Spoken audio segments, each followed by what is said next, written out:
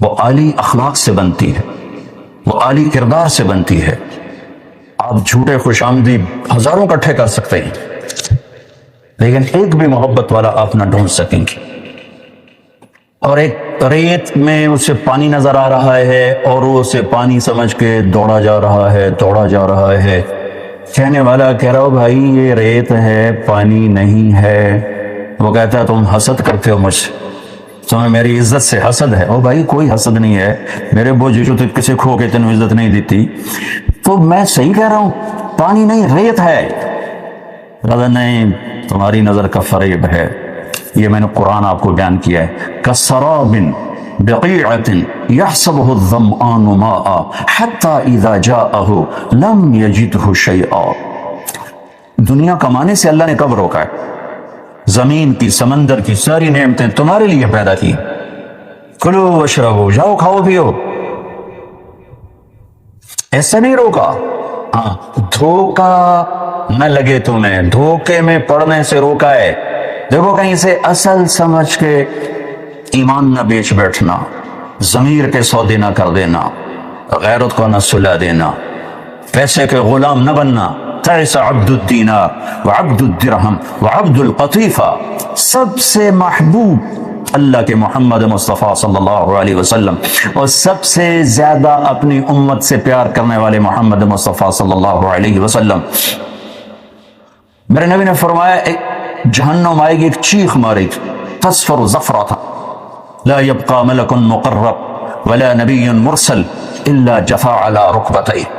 بڑے بڑے فرشتے، انسان، اولیاء زمین پر گریں گے، کہیں گے یا رب نفسی نفسی، یا اللہ بس میری جان بچا دے، یا اللہ میری جان بچا دے۔ اور ایک شور ہوگا، اس شور میں ایک درد بھری آواز سارے شور پر چھا جائے۔ وہ آواز عجیب و غریب ہوگی، وہ نفسی نفسی نہیں ہوگی، وہ آواز ہوگی یا رب امتی امت۔ یہ کون ہے؟ ماں کہہ رہی ہے نفسی نفسی، ماں کو چھوڑو، آج نبی کہہ رہے ہیں نفسی نفسی۔ ماں پیو کتنے رہ گئے، کیڑے کھاتے رہ گئے، آج نبی کہہ رہے ہیں نفسی نفسی۔ یہ کون ہے جو کہہ رہے ہیں امتی امتی، یا اللہ میری امت، یا اللہ میری امت؟ تو آپ دیکھو گے میری بات جو آج آپ کے سامنے ہو رہی ہے، آپ یاد کرو گے کہ سارا مجمع دیکھے گا کون ہے، تو محمد مصطفیٰ صلی اللہ علیہ وسلم ہاتھ اٹھے ہوں گے، جھولی پھیلی ہوگی، اور ان کی صدا ہوگی یا اللہ میری امت کو بچا دے، میری امت کو بچا دے۔ اللہ کے محبوب ترین، لیکن اتنے ناراض ہو کر فرمایا جو پیسے پہ بک جائے یا اللہ اسے کبھی عزت نہ ملے، اسے کبھی کامیابی نہ ملے۔ جو سونے چاندی پہ بک جائے، جو زیور جواہرات پر بک جائے، یا اللہ اسے کبھی سکھ نہ ملے، اسے کبھی سکھ نہ ملے۔ تعس عبد الدینار وعبد الدرہم وعبد القطیفہ، ان اعطی رضی وان لم یعطى سخط، تعس وانتکس واذا شیک فلن تقش۔ کہ جو ایمان بیچ دے، ساری دنیا ملے اور اللہ راضی ہو، آپ کو مبارک ہو۔ کچھ بھی نہ ملے، اللہ راضی، اللہ آپ کو مبارک ہو۔ ساری دنیا لے کر اللہ ناراض ہو گیا تو میرے آپ کے لیے ناکامی کا سودا ہے۔ امت کے لیے شفیق ترین ہستی ساری رات روتے گزر جاتی تھی۔ اما عائشہ فرماتی کبھی یوں لگتا سجدہ اتنا لمبا کرتے کہ مجھے ڈر لگتا کہ اب فوت ہو گئے، اور سجدوں میں دعا ہوتی یا اللہ میری امت، یا اللہ میری امت، یا اللہ میری امت۔ حضرت عائشہ رضی اللہ عنہ جیسی محبوب بیوی نے ایک دفعہ کہا میرے لیے دعا تو کریں، تو آپ نے کہا اللہم اغفر لعائشہ ما تقدم من ذنبها وما تأخر وما اسرت وما اعلنت وما انت اعلم به منها۔ اے میرے اللہ، عائشہ کے اگلے پچھلے نئے پرانے خفیہ ظاہر سارے گناہ معاف کر۔ اور عائشہ رضی اللہ عنہ زمین پہ لیٹ گئی اور خوشی سے نا کروٹیں بدلنے لگے۔ تو آپ نے کہا عائشہ بڑی خوش ہو رہی ہو؟ اب کیوں نہ خوش ہوں، آپ نے مجھے اتنی بڑی دعا دے دی۔ فَإِنَّهَا لَدَعْوَتِي لِأُمَّتِي كُلَّ يَوْمٍ۔ عائشہ تیرے تو کہنے پر تیرے لیے دعا کی ہے، اپنی امت کے لیے یہ دعا میں روزانہ مانگتا ہوں۔ ایمان نہ بیچنا۔ حضرت علی رضی اللہ تعالیٰ عنہ کا فرمان، اپنے بچوں کو وصیت نامہ لکھایا، اس کا ایک جملہ، اس کے اوپر والے چند جملے بھی پڑھ سناتا ہوں، بہت خوبصورت نصیحت۔ ایک دل کی زندگی ہے کہ دھڑکتا رہے، تینوں ویسلز کھلی رہیں، خون آتا جاتا رہے، اور ایک دل کی زندگی ہے کہ اللہ رسول کی محبت میں بے چین ہو، بے قرار ہو، یہ زندگی مراد ہے۔ نورہ بالحکمہ، اور میرے نبی کی باتوں سے اسے روشن رکھنا۔ ہم نے ان روشنیوں سے اندھیرے دور کیے، دل کے اندھیروں کو دور کرنے کے لیے میرے نبی کی باتیں ہیں، میرے نبی کے فرمان ہیں۔ وَقَوِّهِ بِالزُّهْدِ، اسے وٹامن کھلانا دنیا کی بے ثباتی اور بے رغبتی کے۔ وَغَلِّلْهُ بِالْمَوْتِ، جب یہ مستی کرے تو موت یاد دلانا۔ وَقَرِّرْهُ بِالْفَنَاءِ، اور جب یہ حرص و حوث کا شکار ہو تو اسے بتانا کہ ٹک حرص و حوث کو چھوڑ میاں، مت دیس بدیس پھرے مارا، قزاق اجل کا لوٹے ہے دن رات بجا کر نکارا، کیا بدیا بھینسا بیل شتر، کیا گونی پلہ سر بھارا، کیا گیہوں چاول موٹ مٹر، کیا آگ دھواں اور انگارا، سب ٹھاٹ پڑا رہ جائے گا جب لاد چلے گا بنجارا۔ فَأَعْرِضْ عَلَيْهِ أَخْبَارَ الْمَاضِينَ، پچھلی قوموں کے تذکرے پڑھنا دیکھنا، بصر فی دیارہم، اور ان کے اجڑی حویلیوں کے وزٹ کرنا، ان کے ویران قلعوں کو جا کے دیکھنا اور ان سے سوال کرنا، این حلو، یہاں تو بڑے ہٹو بچوں کے شور تھے، کہاں چلے گئے، کہاں چلے گئے؟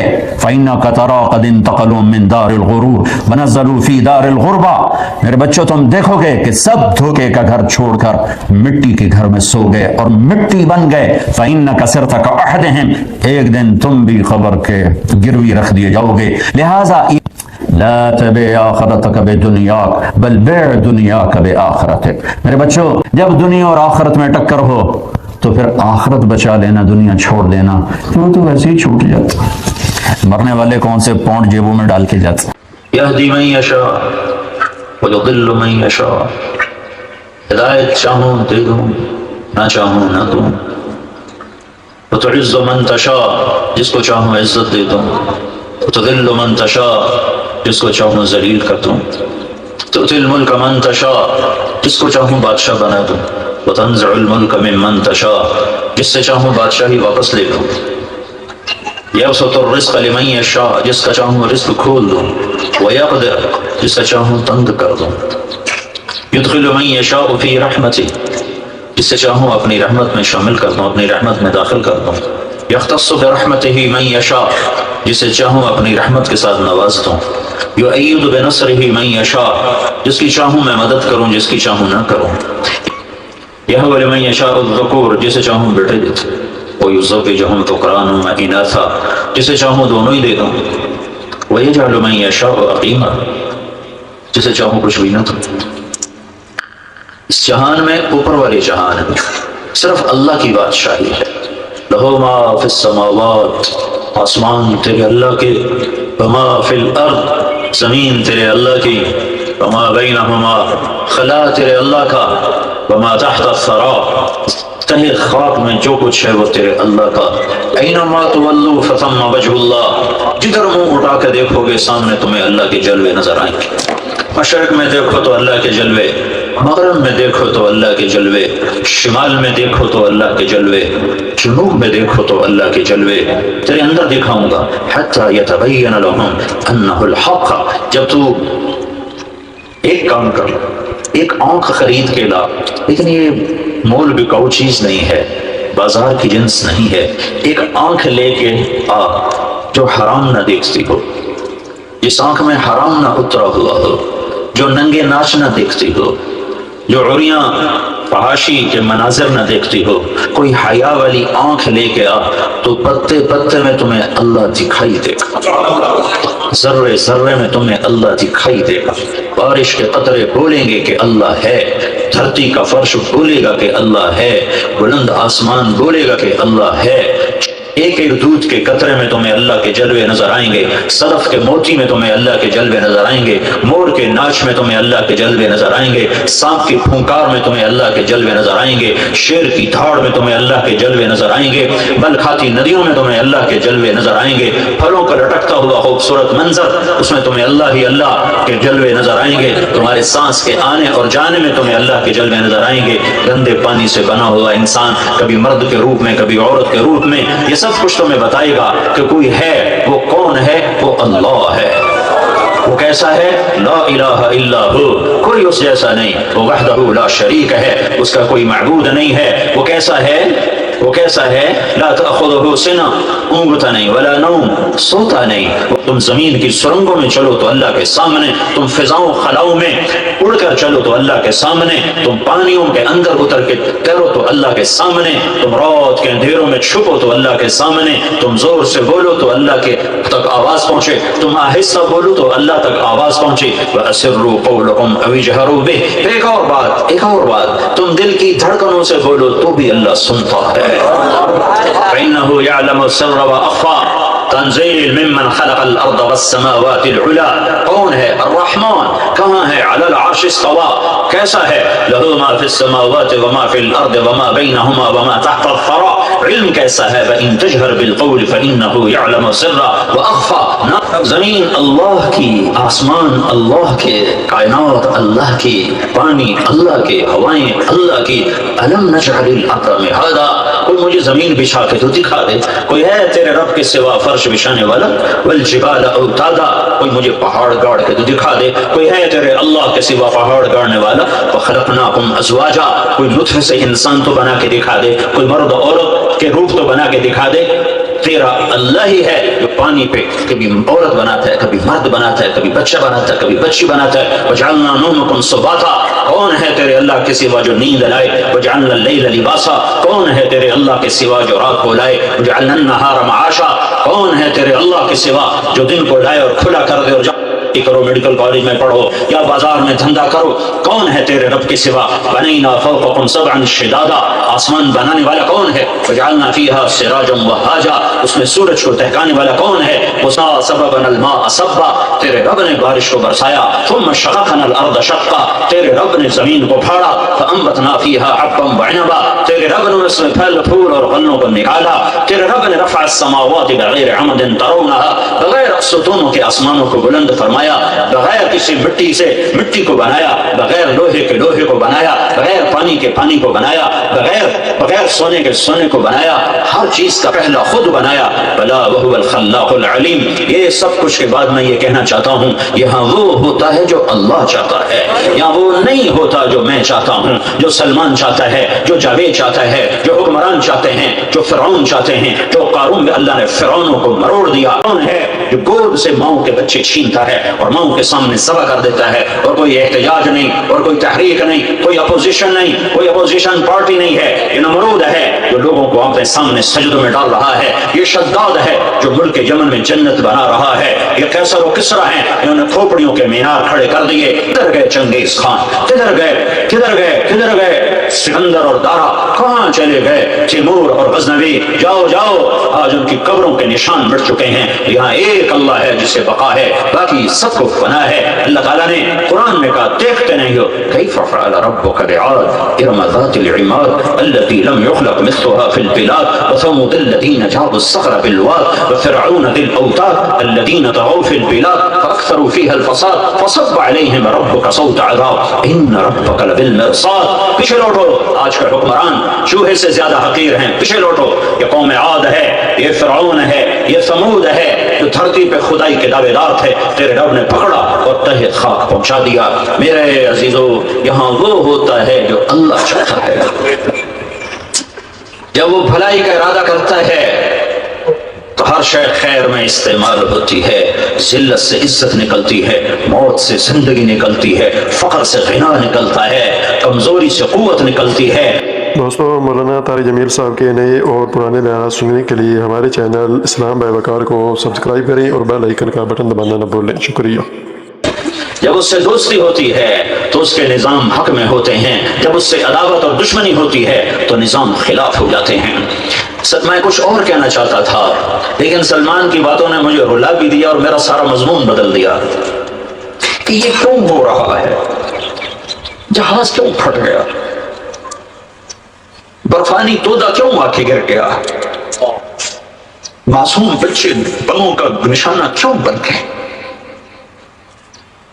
گاڑیاں کیوں ٹکرا رہی ہیں، حادثات کیوں ہو رہے ہیں، نکمے نااہل حکمران کیوں بیٹھے ہوئے ہیں، بددیانت اور خائن افسر شاہی کیوں بیٹھی ہوئی ہے۔ اللہ روٹھ گیا ہے، اللہ روٹھ گیا ہے۔ بم دھماکہ تو کسی سازش سے ہے، جہاز کیوں پھٹ گیا، تودا کیوں گر برف کے تودے میں 127 ہمارے